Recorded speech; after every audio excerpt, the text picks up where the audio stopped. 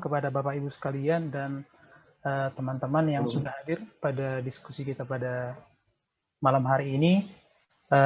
Saya akan menyampaikan sebagai buah pikiran saya dan juga pengalaman saya mungkin secara pribadi, bagaimana saya sebagai seorang Kristen dan berada di tengah-tengah problematika sosial yang terjadi pada saat ini ya. Berbicara tentang problematika sosial, saya jadi teringat kembali dengan sebuah buku yang luar biasa menurut saya, dan kebetulan buku itu dihadiahkan juga salah seorang sahabat saya yang kebetulan juga salah satu pemateri pada malam hari ini, yaitu buku dari Abraham Kuyper, itu Iman Kristen dan Problematika Sosial gitu. Dan kebetulan hari ini saya dimandatkan dari teman-teman Kristen.id untuk menyampaikan bagaimana buah pikiran saya, dan mungkin yang saya sadur juga dari beberapa pemikiran-pemikiran tokoh-tokoh yang menurut saya relate dengan kondisi yang terjadi pada saat ini. Baik, berbicara tentang problematika sosial, tentu berhubungan dengan kondisi-kondisi yang kita alami pada saat ini, yaitu berbicara soal kemiskinan, ya, kesenjangan sosial, konflik, korupsi, dan banyak kes-kes lain yang mungkin kita hadapi atau mungkin teman-teman hadapi dalam kehidupan kita sehari-hari. Kemiskinan, kesenjangan sosial, konflik, dan ini adalah akibat daripada, kalau kita kaitkan dengan politik, bisa diakibatkan daripada kebijakan-kebijakan politik dalam suatu negara, gitu. Dan tentunya bagaimana kita sebagai seorang Kristen melihat ini dan menjadikan ini menjadi sebuah tanggung jawab kita bersama. Namun dalam realitanya yang saya lihat dalam pengalaman pribadi saya sebagai seorang Kristiani, justru saya melihat justru gereja justru sangat jarang, bahkan dibilang tabu untuk berbicara soal isu sosial dan politik gitu. Seakan-akan isu sosial dan politik seperti yang disampaikan dari Pak Tama tadi, sebuah wilayah yang tidak layak untuk ditempati, sebuah wilayah yang tidak layak kita masuki atau tidak religius gitu ya. Padahal tempat ini, wilayah ini adalah di mana tempat kita seharusnya masuk sebagai seorang Kristiani. Gitu. Saya menyampaikan, menurut pandangan saya ada beberapa hal yang menjadi yang melatar belakang kenapa sih pada akhirnya kekristenan ya, atau orang Kristen atau komunitas-komunitas yang saya alami justru sangat jarang berbicara soal isu-isu sosial dan politik gitu. Yang pertama itu adalah saya menganggap bahwa gereja dan komunitas Kristen itu jarang membicarakan atau mendiskusikan gitu ya. Saya mengalami sejak dari mahasiswa teman-teman sekalian bahwa ketika kita mengajak teman-teman saudara seiman gitu ya dalam sebuah skup pelayanan untuk mendiskusikan hal-hal lain, sangat sedikit sekali orang yang mau terlibat gitu ya. Baru yang kedua, ada juga pemahaman yang mungkin salah terhadap gerakan pietisme yang mungkin muncul di abad ke-17 ya, dan muncul juga di Asia atau di Indonesia masuk di tahun 1797 waktu itu, di mana gerakan pietisme yang disalahpahami oleh umat Kristen seakan-akan bahwa adanya pemisahan antara kesalehan pribadi dan juga dengan kesalehan sosial. Baru berikutnya adalah gereja tidak merasa memiliki tanggung jawab dalam upaya pengentasan kemiskinan dan isu-isu sosial lainnya. Jadi seakan-akan adanya pelimpahan kepada hanya sekedar, jadi pengentasan kemiskinan itu tugas negara saja. Jadi tidak ada gereja mengambil andil dalam persoalan kemiskinan ini. Palingan yang dilakukan adalah kegiatan-kegiatan yang sifatnya karitatif gitu ya, penyuluhan atau kegiatan-kegiatan sosial yang lainnya gitu. Baru yang berikutnya adalah politik dan kehidupan sosial justru juga dianggap sebagai konteks yang terpisah dari kehidupan Kristiani. Mungkin tadi sudah banyak juga disampaikan oleh Pak Tama soal ini. Dan yang berikutnya secara praktik, politik dianggap sebuah konten yang kotor gitu. Jadi politik ini dianggap satu hal yang tidak layak kita masuki, tidak ada hubungan dengan kekristenan mungkin gitu. Baru yang berikutnya justru, tapi ada hal yang unik dari apa yang pemikiran seorang Abraham Kuyper ya. Kalau kita kenal, kalau teman-teman mungkin baca dalam bukunya yang hanya terdiri dari 95 halaman yang berisi dari pidato Abraham Kuyper yang dipidatokan pada tahun 1891, di mana kalau kita kenal seorang Abraham Kuyper adalah seorang Calvinism, dan dia seorang teolog dan pengajar, jurnalis, dan juga seorang politisi. Cukup unik sekali ya teman-teman, di mana dia seorang teolog, dia seorang pengajar, dia seorang jurnalis, dan juga seorang politisi. Bahkan kalau kita tahu, dia juga seorang Perdana Menteri di Belanda waktu itu. Gitu. Dia menganggap justru bahwa kekristenan tidak dapat menutup mata terhadap permasalahan sosial yang terjadi di sekitarnya. Bahkan berikutnya dia menyampaikan bahwa kekristenan bukan saja tetap relevan untuk menjawab permasalahan sosial yang terjadi dalam masyarakat.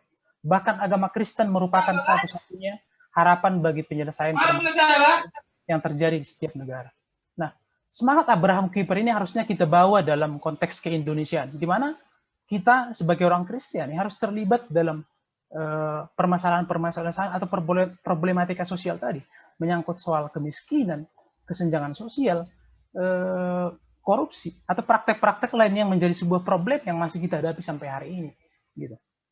Bahkan dalam teori kedaulatan atau dikenal dengan sovereignty yang dikemukakan oleh seorang Abraham Kuyper, di mana dia mengatakan bahwa negara, seni, ekonomi, keluarga, dan ilmu pengetahuan atau skup-skup ini kita harus hidup di dalamnya, kita harus terintegrasi di dalamnya. Bahkan dia menyampaikan bahwa temporal and eternal life, our life in the world, and our life in the church, religion, civil life, church and state, and so much more go hand in hand. They may be not be separate. Jadi tidak ada pemisahan antara kehidupan dan sekuler ataupun religius. Di mana kita harus hidup di dalam kedua sayap itu seperti yang disampaikan Pak Tama tadi itu. Justru dan di mana teori ini mendorong orang Kristen harusnya masuk ke ruang publik dan terintegrasi dengan seluruh aspek kehidupan dan bertanggung jawab penuh kepada Allah. Yang berikutnya adalah bagaimana konsep politik dan problematika sosial. Jika kita lihat dalam konsep politik, politik adalah sebuah seni untuk mengelola kekuasaan. Ya. Mungkin politik adalah hal yang mungkin jarang kita bicarakan ya dalam skup kekristenan ataupun diskusi-diskusi dalam kekristenan. Dimana karena anggapan-anggapan yang muncul tadi gitu. Kalau kita berbicara soal politik, ini adalah soal bagaimana mengelola sebuah negara. Dan kita tentu tahu bahwa dalam konsep politik ada itu yang namanya state atau apa tujuan negara. Kalau dalam Indonesia mungkin kita bisa lihat dalam alinea keempat dalam pembukaan Undang-Undang tahun 1945. Salah satunya itu melindungi segenap bangsa Indonesia dan seluruh tumpah darah Indonesia. Ya. Baru yang kedua, konsep politik juga berbicara tentang power ya. Power berbicara soal kekuasaan. Bagaimana kapabilitas dalam mengelola, meyakinkan dan mengendalikan dalam sebuah skup pemerintahan. Baru yang berikutnya adalah berbicara soal decision making. Bagaimana seorang pemimpin dalam sebuah negara mengambil sebuah keputusan yang pro terhadap problematika sosial tadi. Gitu. Baru yang berikutnya mengenai polisi ataupun kebijakan-kebijakan yang munculkan. Ya. Bagaimana kita melihat contohnya kebijakan-kebijakan yang muncul di tengah-tengah kita atau mungkin menjadi sebuah perdebatan yang terjadi hari ini. Contohnya kita bisa melihat bagaimana kebijakan soal Minerba ya, undang-undang Minerba yang dimunculkan yang justru menurut saya justru sangat merugikan kepada bangsa Indonesia sendiri, warga kita sendiri gitu. Ada tahapan-tahapan proses-proses yang menurutku dilanggar. Berikutnya adanya soal undang-undang KPK gitu. Saya melihat justru undang-undang itu justru melemahkan proses penegakan korupsi yang terjadi. Bagaimana kita memahami ini proses-proses politik ini? Baru berikutnya yang terakhir adalah bagaimana dimunculkannya contohnya undang-undang soal tenaga kerja. Bagaimana kita berdebat di ruang publik mengenai soal kebijakan ini, teman-teman. Dan saya salah satu yang menolak keras kebijakan yang dimunculkan karena saya menganggap bahwa ada poin-poin yang sangat merugikan buruh ya. Sehingga kebijakan ini menurut saya syarat dengan kepentingan-kepentingan yang terjadi gitu. Baru berikutnya bagaimana soal mendistribusikan hak dan kewajiban. Bagaimana kita sebagai warga negara kita mengetahui hak dan kewajiban. Kalau kita tidak mengetahui konsep-konsep politik tadi. Bagaimana dalam konteks berbangsa, contohnya kita sebagai warga negara, kita hanya sekedar membayar pajak kita, tapi kita tidak mengetahui apa menjadi hak kita. Gitu. Jadi yang menjadi catatan penting buat kita bersama adalah bahwa di mana sebagai anak bangsa, sebagai warga Kristen, kita juga harus mengetahui bagaimana konsep politik itu, bagaimana kita terjun di dalamnya, bagaimana kita memahami politik itu secara utuh. Lalu bagaimana dengan hubungan pemerintah negara dengan masyarakat? Ya? Kita harus pahami bersama bahwa hubungan antara masyarakat dan pemerintah itu atau negara dengan pemerintah dengan masyarakat itu adalah sebagai partner. Ya. Partner itu diwujudkan lewat apa? Kalau dari masyarakatnya adalah kita bisa lihat bagaimana dalam Roma juga itu dijelaskan bagaimana kita patuh kepada pemerintah, patuh terhadap aturan-aturan yang dibentuk. Gitu. Tapi di satu sisi kita juga harus menjadi masyarakat yang bertanggung jawab gitu. Masyarakat bertanggung jawab itu dalam artian apa? Kita harus melakukan kritik dan kontrol sosial gitu. Kita mungkin masuk di dalam fase di mana kita melek politik tapi tereduksi oleh proses kultus dan mengkultuskan gitu. Kita mematikan kita memaktilkan kritik dan sosial kontrol itu karena kita mengidolakan sosok tertentu ya. Mungkin ini menjadi fakta yang terjadi hari ini. Kita mengidolakan seorang pemimpin sehingga kita tidak menghidupkan lagi, kita tidak mengaktifkan lagi fungsi kritik dan kontrol sosial lagi sebagai wujud tanggung jawab kita sebagai masyarakat sosial tadi. Dan kita harus pahami juga bahwa bagaimana hubungan antara society dan state. Di mana society atau masyarakat ini juga harus menjadi masyarakat yang kuat. Demikian juga dengan pemerintah. Tapi harus menjadi berpartner, harus bekerja sama bagaimana untuk mewujudkan keadilan sosial seperti yang termaktub dalam sila kelima dalam Pancasila kita. Baru berikutnya adalah lalu apa tugas dan tanggung jawab orang Kristen dalam bernegara sebagai warga Kristiani? Ada beberapa hal yang saya sampaikan. Yang pertama itu adalah menurut pandangan saya orang Kristen harus melek politik. Ya. Dalam artian ini kita harus terlibat dalam perkembangan politik yang terjadi. Kita tidak bisa menjadi seorang yang apatis ataupun menjadi seorang yang skeptis. Karena akibat tadi faktor-faktor kita menganggap bahwa politik itu kotor. Sehingga kita sebagai warga negara tidak mau masuk ke dalamnya. Justru menurut saya, setiap warga negara, tanpa terlepas dari apapun profesinya, menurut saya justru harus melek politik, harus terlibat di dalamnya. Kita harus masuk dalam gerakan-gerakan politik moral seperti yang disampaikan tadi. Gitu. Dan ini harus dilakukan oleh setiap orang, setiap warga Kristiani, tanpa melihat apapun profesinya. Gitu.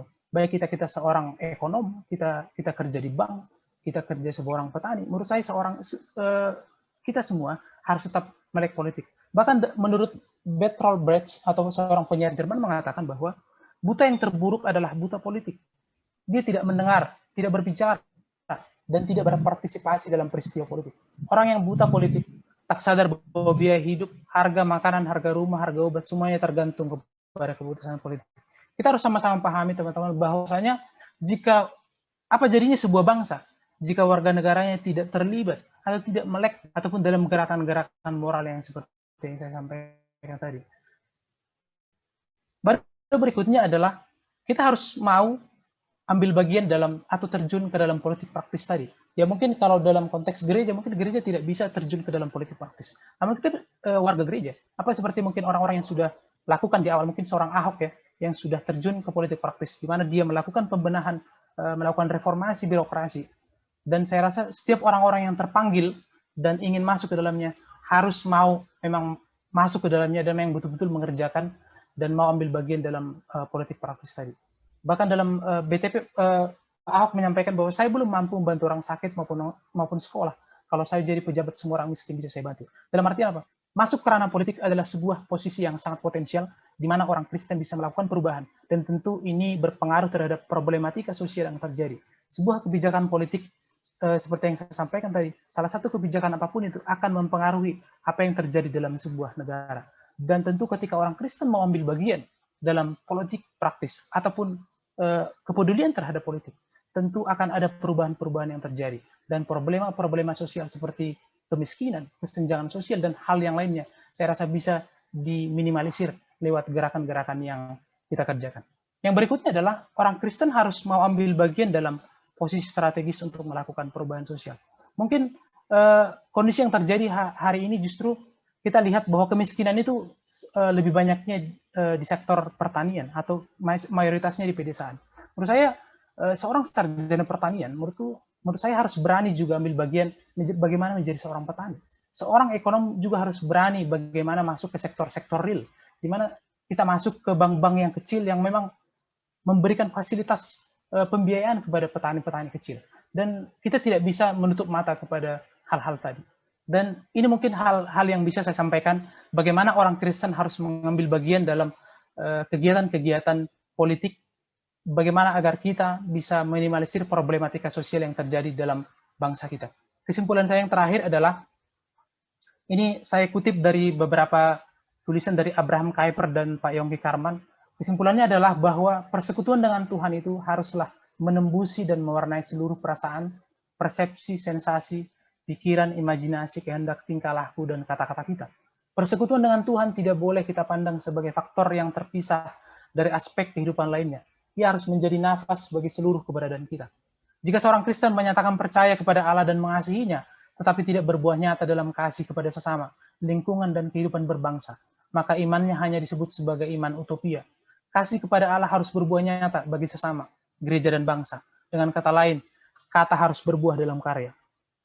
Musuh bersama kita adalah sergapan kemiskinan yang dalam jangka panjang mematikan. Jika kita terus mengedepankan keumatan dan mengabaikan spirit kebangsaan, tidak cukup kekuatan kita menghadapi musuh yang mematikan itu. Mungkin itu yang bisa saya sampaikan. Saya kembalikan kepada moderator. Terima kasih.